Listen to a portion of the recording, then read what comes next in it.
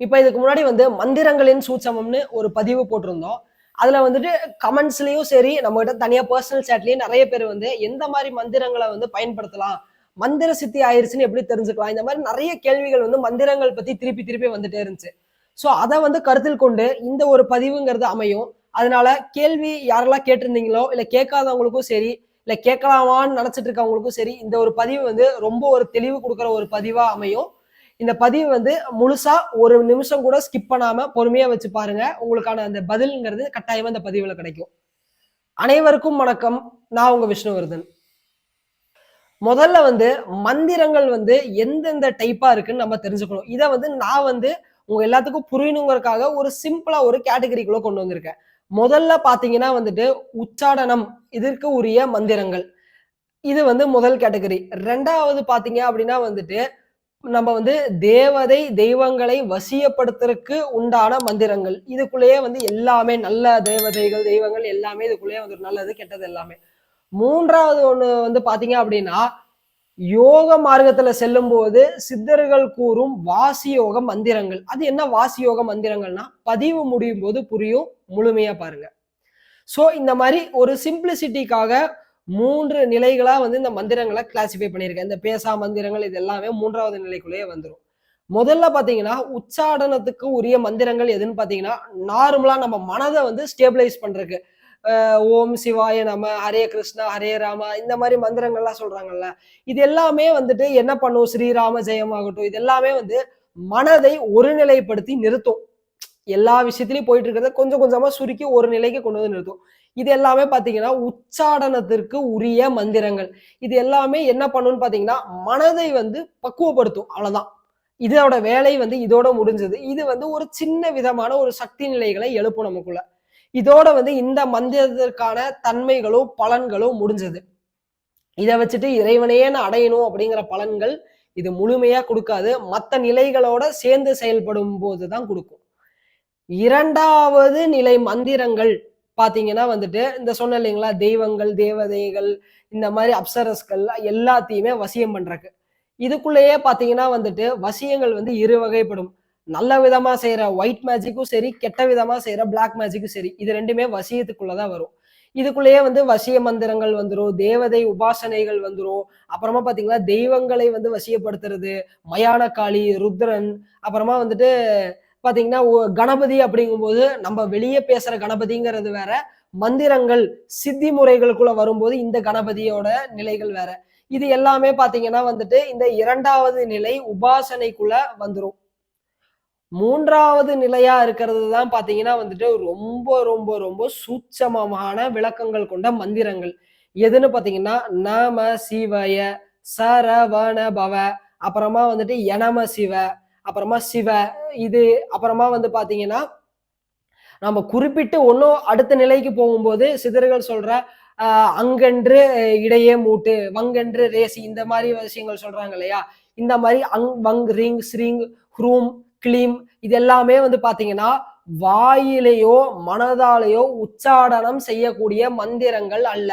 இது எல்லாமே பார்த்தீங்கன்னா, இப்ப சிங்கென்று மூட்டு அப்படின்னா வந்துட்டு சிங்கென்றுனா உஷ்ணம்னு அர்த்தம். இந்த ஒரே ஒரு ரகசியத்த மட்டும் உங்களுக்கு இந்த இடத்துல சொல்றேன். சிங்கென்று இடையே மூட்டு, இல்ல சிங்கென்று மேல எகாரத்தில் மூட்டுன்னு சொல்றாங்கன்னா, அந்த இடத்துல உஷ்ணத்த கிரியேட் பண்ணு. இது எல்லாமே வந்து ஒரு விதமான கோடு வேர்ட்ஸ். இது எல்லாமே பார்த்தீங்கன்னா, வாசியோக ரகசியங்கள் தெரிஞ்சவங்களுக்கு, வாசியோகத்துல வந்து பயணிக்கிறவங்களுக்கு மட்டுமே இது வந்து தெரிஞ்ச ரகசியங்கள். ஏன் மட்டுமே அப்படின்னு அழுத்தி சொல்றேன்னா, இந்த இந்த சித்தர்களோட வழிக்குள்ள போகும்போது, ஆரம்பத்துல வந்து அவர்களோட பாடல்கள வந்து எழுத்தா நம்ம படிப்போம். பின்னாடி பார்த்தீங்கன்னா, பயிற்சிகள் வந்து மேம்பட மேம்பட மூளையின் அந்த அந்த ப வ பிரகாசம் விரிவடைய, ஆன்ம பிரகாசம் ஓங்க, உயர என்ன ஆகும்னா, இதற்கான ரகசியங்கள் வந்து அவங்களே நமக்குள்ள வந்து சொல்லி தருவாங்க. இந்த அங்குனா என்ன? ரீங்குனா என்ன? ஸ்ரீங்குனா என்னன்னு. இதுல ஒரு சில விஷயங்கள் மட்டுமே வந்து பார்த்தீங்கன்னா, நம்மளுடைய கிளாஸ்ல வந்து நம்ம சொல்லி தந்துட்டு இருக்கோம். இப்போ நம்ம பயிற்சிகள் பத்தி நம்ம பேசுறோம். வாசி யோகம் இல்ல சன்மார்க்கம். ஏன்னா அப்படியும் நம்ம போறோம். ஏன்னா எல்லாத்துக்கும் என்ன நினைப்புனா, வாசியோகம் தனி ட்ராக், சன்மார்க்கம் தனி ட்ராக்னு நினைச்சிட்டு இருக்காங்க இத்தனை நாள். பட் எல்லாமே சேர்ந்ததுதான் பாத்தீங்கன்னா முழுமையான ஒரு யோகம் ஞானம் வந்து கொடுக்குங்கிறது வந்து இப்ப இருக்கிறவங்க வந்து குழப்பி வச்சிருக்கனால புரியறது இல்லை எல்லாத்துக்குமே. பட் இது ரெண்டுமே சேரணும். இப்ப எல்லாரும் என்ன நினைச்சுக்கிறாங்கன்னா ஒரு யோக பயிற்சி அப்படின்னா வந்துட்டு வெறும் வாசி யோகம் தான், முன்னாடி இந்த இடத்துல வந்து மூச்சு காத்து இழுத்து விடுறதான்னு ஒரு ஒரு பக்கம் நினைச்சுக்கிறாங்க. இன்னொரு பக்கம் வந்து புருவ மத்தியிலேயே எல்லாம் இருக்கு அப்படிங்கறத இன்னொரு பக்கம் நினைச்சுக்கிறாங்க. ஆனா இதோட உண்மையான சூட்சமம் என்னன்னா, இந்த மூலாதாரத்துல இருந்து மூலாதார மூண்டெழு கணலை காலால் எழுப்பும் கருத்தறிவித்தே அப்படின்னு வந்து நம்ம ஔவையாரோ விநாயகராகவுல சொல்றாரு. இல்ல அப்படின்னா வந்துட்டு நம்ம திருமூலரும் வந்து ஏற்றி இறக்கி இருக்காலும் பூரிக்கும் அப்படின்னு வந்து நம்ம அந்த பாடல் ஆரம்பிக்கிறாரு. உடனே ஏற்றி இறக்கி இருக்காலும் பூரிக்கும்னா நம்ம நார்மலா செய்யற இந்த நாடி சுத்தியை வந்து நினைச்சுக்காதீங்க. அவரு சொல்ற அந்த காற்று வந்து வேற ஒரு விஷயத்த குறிப்பிடுறது. அதுக்கு அது வந்து மிகவும் ரகசியமான விஷயம். ரொம்ப ஆன்மீகத்துல வந்து ஒரு நிலைகளை தாண்டி போறவங்களுக்கு மட்டுமே இந்த ரகசியம் அப்படிங்கிறது கிடைக்கும். இதை வந்து இப்ப நம்ம வெளியே சொல்லி தர முடியாது இந்த விஷயங்களை. இப்போ அடுத்தது பாத்தீங்கன்னா வந்துட்டு நம்ம சிவவாக்கியருமே வந்துட்டு இந்த பயிற்சியை வந்து ஒரே பாட்டுல வந்து கொடுத்துட்டு போயிருப்பாரு. அந்த பாட்டு வந்து எதுன்னு தெரிஞ்சா கமெண்ட்ஸ்ல வந்து சொல்லுங்க. இது உங்களுக்கு உதவியா இருக்கும். அப்படி கரெக்டா சொல்லிட்டீங்கன்னா இதை வச்சு அடுத்த ஒரு பதிவை நம்ம கண்டிப்பா பண்ணிடலாம். சரி, இப்ப இந்த இடத்துல ஒரு பயிற்சி எப்படி அமையணும்னா, மூலாதாரத்துல இருக்கிற அந்த கனலை வச்சு நம்ம வந்து நம்மளோட விந்து சக்தியை வந்து முதுகு தண்டின் வழியா மேலே அந்த துவாரத்தின் வழியா ஆவியா மேலே ஏற்றி அது மேல பட்டு முன் வழியா அண்ணாக்கின் வழியா அமிர்தம் சுரக்கணும். இது வந்து ஒரு சைக்கிள் மாதிரி இப்படி சுத்தணும். எல்லாரும் நினைச்சுக்கிறாங்க ஒன்னும் இப்படி போறாங்க இல்ல பின்னாடி இப்படி போறாங்க, இதெல்லாம் வேலை செய்யாது. இது இப்படி பின்னாடி இருந்து ஏறி முன்னாடி ஒரு சைக்கிளா வெளியே அதோட இப்ப எப்படி ஒரு ரா மெட்டீரியலை வந்து ஒரு பக்கம் கொடுத்தா ஃபினிஷ்டு ப்ராடக்ட் ஒரு பக்கம் வருது நமக்கு. அந்த மாதிரி வந்துட்டு ஒரு கம்ப்ளீட்டான ஒரு பேக்கேஜ் தான் பாத்தீங்கன்னா வந்துட்டு ஒரு பயிற்சி அப்படிங்கிறதா அமையணும். அந்த மாதிரி பயிற்சிகளை மட்டும்தான் வந்துட்டு நம்ம வந்து நம்ம கிட்ட இருக்கிற ஸ்டூடெண்ட்ஸுக்கு வந்து கொடுத்துட்டு இருக்கிறோம். வெளியே வந்து எல்லாருமே ஒரு பாதி எல்லாரும் என்ன பண்றாங்கன்னா ஒரு பாதி விஷயங்களை மட்டும் எடுத்துட்டு பயிற்சிகள் அப்படின்னு கொடுக்குறாங்க. எப்பவுமே வந்து பாத்தீங்கன்னா பாதி விஷயம் வந்து பாதி விஷயத்தை தான் கொடுக்குமே தவிர முழுமையை சென்று சேர உதவாதுங்கிறது. சரி, இப்ப இந்த மூன்றாவது நிலையா சொல்லக்கூடிய இந்த அங் வங் சிங் ரேசி பூரி கும்பகம் செய் இது எல்லாமே பாத்தீங்கன்னா வந்துட்டு மந்திரங்களா சொல்லக்கூடிய மந்திரங்கள். இது எல்லாமே வந்து ஒரு கீவேர்ட்ஸ் உள்ளுக்குள்ள இருக்கிற விஷயங்களை ஓபன் பண்றது. அந்தந்த இடங்கள்ல உட்காந்து சரியான முறையில வந்து வாசி யோகத்தை செய்ய ஆரம்பிக்கும் போது அடுத்தடுத்த நிலைகள் பட்டு பட்டு பட்டுன்னு ஓபன் ஆயிட்டு நம்ம உள்ள போயிட்டே இருப்போம். அதே மாதிரி நமசிவாய அப்படின்னு சொல்ற இந்த பஞ்சாட்சர நிலைகள்ல இருக்கிற இந்த யோக பயிற்சியை முடிக்காம சரவண பவங்கிற இந்த 6 எழுத்து பயிற்சி, இந்த சரவண பவன் முருகனோட இந்த முருகன் டிசைன் பண்ண பயிற்சி வந்து ஓப்பனே ஆகாது. இந்த நமசிவாயங்கிறது முதல் 6 நிலைகளுக்கான பயிற்சி, சரவண பவங்கிறது அடுத்த 6 நிலைகளுக்கான பயிற்சி, அதுக்கப்புறம் இருக்க நிலைகளுக்கான பயிற்சிங்கிறது இருக்குது. ஒவ்வொன்னா இப்ப எப்படி ஒரு கதவை திறந்தாதான் வீட்டுக்குள்ள இருக்க அடுத்த கதவை திறந்து உள்ள போக முடியும். அதே மாதிரிதான் முதல்ல மெயின் டோரை ஓபன் பண்ணாதான் அடுத்து ரூமோட டோர் ஓபன் பண்ணியும். அதே மாதிரிதான் இந்த இடத்துலயும் இருக்குது. சோ நம்ம வெறுமனே உட்காந்துட்டு நம்ம சிவாயன்னு சொல்றதோ இல்ல சரவணபவன் சொல்றனாலயோ செயல்பாடுகள் நடக்குமான்னு கேட்டீங்கன்னா நடக்கும். ஆனா அதோட முழுமையான வீரியத்தை கொடுக்குமான்னு கேட்டீங்கன்னா கண்டிப்பா வந்து கொடுக்காது.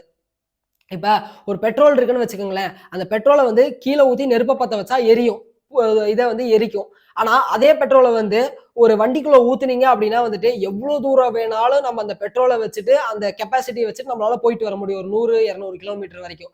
சோ அந்த பெட்ரோல் அப்படிங்கிறது வந்து எல்லா வேலையும் செய்யும். ஆனா அது எந்த இடத்துல பயன்படுத்துறோங்கிறத முக்கியம். அதே மாதிரி இந்த நமசிவயங்கிற மந்திரம், சரவண பவங்கிற மந்திரம் இது எல்லாமே பாத்தீங்கன்னா நம்ம வந்து மந்திர ஜபமாவும் பயன்படுத்தலாம். ஆனா அதோட முழுமையான தன்மை எதுன்னு தெரியணும்னா அந்தந்த நிலைகளை நீங்க பயன்படுத்தும் போது தெரிய வரும்.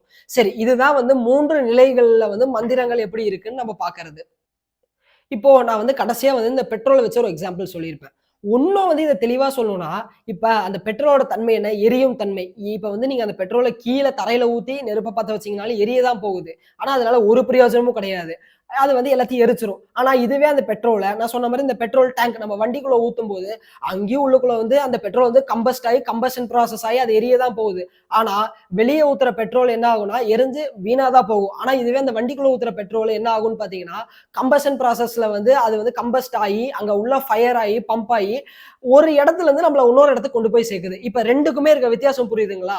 அதே மாதிரிதான் மந்திரங்களுமே வந்துட்டு எந்த இடத்துல நீங்க எப்படி பயன்படுத்துறீங்க அப்படிங்கறதெல்லாம் வந்துட்டு அதோட ஒரு தன்மை, அதோட வீரியம், அது எப்படி செயல்படுது, அதோட செயல்திறன் எப்படி மாறுதுங்கிறத நம்ம வந்து அதை கணிக்க முடியும்.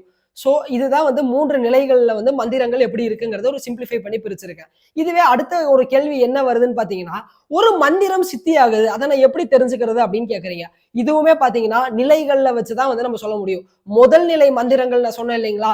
அது வந்து அது சித்தி ஆகுது அப்படின்னா, சித்தினா என்னங்க முதல்ல? அந்த மந்திரம் வந்து நமக்குள்ள வந்துட்டு நம்மளாவே வந்து மாறுது. இப்ப எப்படி ஒரு உணவு எடுக்கிறோம். அந்த உணவு வெளிய இருக்க வரைக்கும் ஒரு உணவு. ஆனா நம்ம வயிற்றுக்குள்ள நம்ம அந்த உணவு உள்ள வந்து செரிமானம் பண்ணும்போது, அந்த உணவு நமக்குள்ள ஒரு பகுதியா மாறுது இல்லையா? அந்த மாரி சித்தி அப்படின்னா என்னன்னு பார்த்தீங்கன்னா, அந்த மந்திரம் வந்து நமக்குள்ள ஒரு பகுதியா மாறி நிக்குது. அப்ப முதல் நிலை மந்திரங்கள் நமக்குள்ள எப்படி ஒரு பகுதியா மாறி நிக்குதுன்னு நம்ம தெரிஞ்சுக்கலாம்னு பார்த்தீங்கன்னா, நமக்கு வந்து முழுமையான ஒரு மனநிறைவு, மன அமைதி, மன நிம்மதிய குடுக்கும். மனத வந்து எப்பவுமே ஒரு பேலன்ஸ்டான ஸ்டேட்ல வச்சிருக்கும். ஆனா இது மட்டும் போதுமா, தேவையான்னு கேட்டீங்கன்னா, நிச்சயமா ஆன்மீகத்தோட ஆழத்த நான் பார்க்கணும், ஆன்மீகத்தோட உச்சிய நான் வந்து தொடணும் அப்படின்னு நினைக்கிறவங்களுக்கு வந்து இது போதாது. எல்லாரும் என்ன பண்றாங்கன்னா வந்துட்டு, மனதை வந்து அமைதியாக வைத்தால் போதும், சகலமும் நடைபெறும் அப்படிங்கிறாங்க. ஆனா இது வந்து ஆரம்ப நிலை தான். மனதை தாண்டி ஆன்மாவை தொற்று இறைவனை போய் அடைவது தான் பார்த்தீங்கன்னா, நான் கடைசியா அந்த ஒரு பதிவிலேயே சொல்லியிருப்பேன். அந்த பதி, பசு, பாசவத்தோட விளக்கத்த சொல்லும்போது.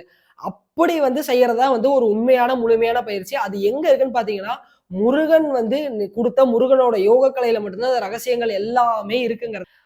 இப்போ பார்த்தீங்கன்னா வந்துட்டு, இந்த வந்து முதல் நிலை மந்திரங்கள் வந்து இப்படிதான் வந்து வேலை செய்யும். மனம், மனம் சார்ந்த விஷயங்களுக்கு முற்று பெற்றும். 2வது நிலை பார்த்தீங்க அப்படின்னா வந்துட்டு நான் சொன்னேன் இல்லைங்களா? தெய்வம், தேவதை இது வந்து 2 வகையா பிரியும்னு நம்ம பார்த்திருந்தோம். நல்ல தெய்வங்கள், அது மாரி இந்த மாரி ஒரு கெட்ட தெய்வங்கள்ல கெட்டது கிடையாது. அதோட தன்மை அவ்வளவுதான். அதுதான் அது செயல்படுத்தும் அப்படிங்கிறது. ஸோ அப்ப அதுக்கு ஏத்த மாரி விஷயங்கள் வந்து என்னன்னா வந்துட்டு, அந்த தெய்வம் ஃபார் எக்ஸாம்பிள் வாராகி எடுத்துக்கிறீங்க. வாராகியோட உபாசனை பண்றீங்க. அத வந்து சித்தி செய்றீங்கன்னா, அந்த வாராகி தெய்வத்தோட அந்த காட்சிகள் உங்களுக்கு கிடைக்கிறது. அதோட ஸ்வரூபங்கள் வந்து உங்களுக்கு காட்சிகளா தெரியறது. இதெல்லாம் என்னடா வந்து உண்மையா அப்படின்னு கேட்டீங்கன்னா, சத்தியமா இது எல்லாமே நடக்கும். இதெல்லாம் பொய் கிடையாது. இது வந்து உங்களுக்குள்ள வாராகி அப்படிங்கிற தன்மை உங்களுக்குள்ள இருக்கிறது ஆக்டிவேட் ஆகுறது 3வது நிலை. இப்ப வந்து நம்ம நார்மலா பார்த்துட்டு இருக்கோம். இந்த வாராகிங்கிறது வந்து உங்களுக்கு சொப்பனங்கள்ல வந்து காட்சி தர்றது முக்கியமானது. இல்ல அதோட அந்த சமிக்கைகள் வந்து உங்களுக்கு வர்றது. வாராகி நீங்க சென்று பார்க்கும்போது, உங்க கூட நேரடியா கம்யூனிகேஷன் வைக்கிறது.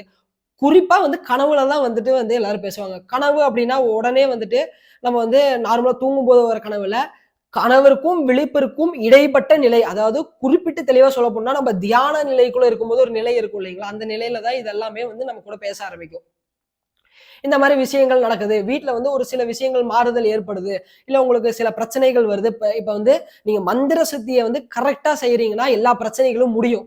மந்திர சித்திய தப்பா செய்ய ஆரம்பிச்சீங்கன்னா, பிரச்சனைகள் உடல் வழியாவும், உங்கள சுற்றி இருக்கிறதுக்குமே வந்து வருங்கிறத தெரிஞ்சுக்கங்க. அப்ப அந்த மந்திரங்கள எப்படி முறையான ஆள்கிட்ட சித்தி வாங்கணுங்கிறத பார்த்துக்கங்க.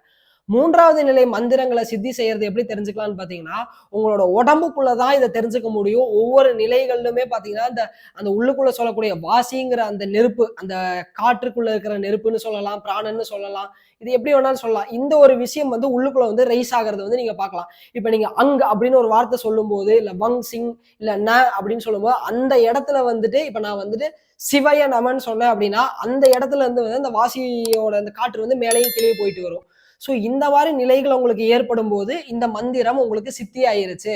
இத வச்சு நீங்க வந்து எல்லா பிரயோகமும் பண்ணலாங்கிறத நம்ம எல்லாரும் தெரிஞ்சுக்கலாம். இப்ப ஏன் வந்து எடுத்தோன மந்திரம் சித்தி ஆகுமானா, கண்டிப்பா வந்து சித்தி ஆகாது. ஏன்னா, அதற்கான மனப்பக்குவம் அமையும் பொழுது தான் ஒரு மந்திரம் அதோட வேலையை செய்ய ஆரம்பிக்கும் இந்த இடத்துல. இத வந்து தெளிவா புரிஞ்சுக்கங்க. இப்ப அருட்பெரும் ஜோதி மந்திரமே இருக்குன்னு பார்த்தீங்கன்னாலோ, அருட்பெரும் ஜோதி மகா மந்திரத்தோட ரகசியம் அப்படிங்கிறது முன்னாடி நம்ம போட்ட பதிவுகள்ல குடுத்துருக்கோம். அத போய் பாருங்க. உங்களுக்கு ஒரு தெளிவுங்கிறது கிடைக்கும். ஸோ இவ்வளவுதான் எல்லாரும் நம்ம ஒரு கடைசியா கன்க்ளூட் பண்ணோம்னா, மந்திரங்களோட வகைகளும், நிலைகளும் இப்படிதான். ஒரு சித்தி ஆகுதுன்னா இப்படிதான் வந்து நடைபெறும். அதே மாரி வந்துட்டு இன்னும் சிலர் வந்து மந்திர உபாசனைகள் குடுங்க. இல்ல நம்மகிட்ட கேட்கறீங்க. நான் வந்து சில மந்திரங்கள வந்து நான் சித்தி செஞ்சு வச்சிருக்கேன். பட் அது என்னன்னு சொல்றது இல்ல நான் இந்த இடத்துல.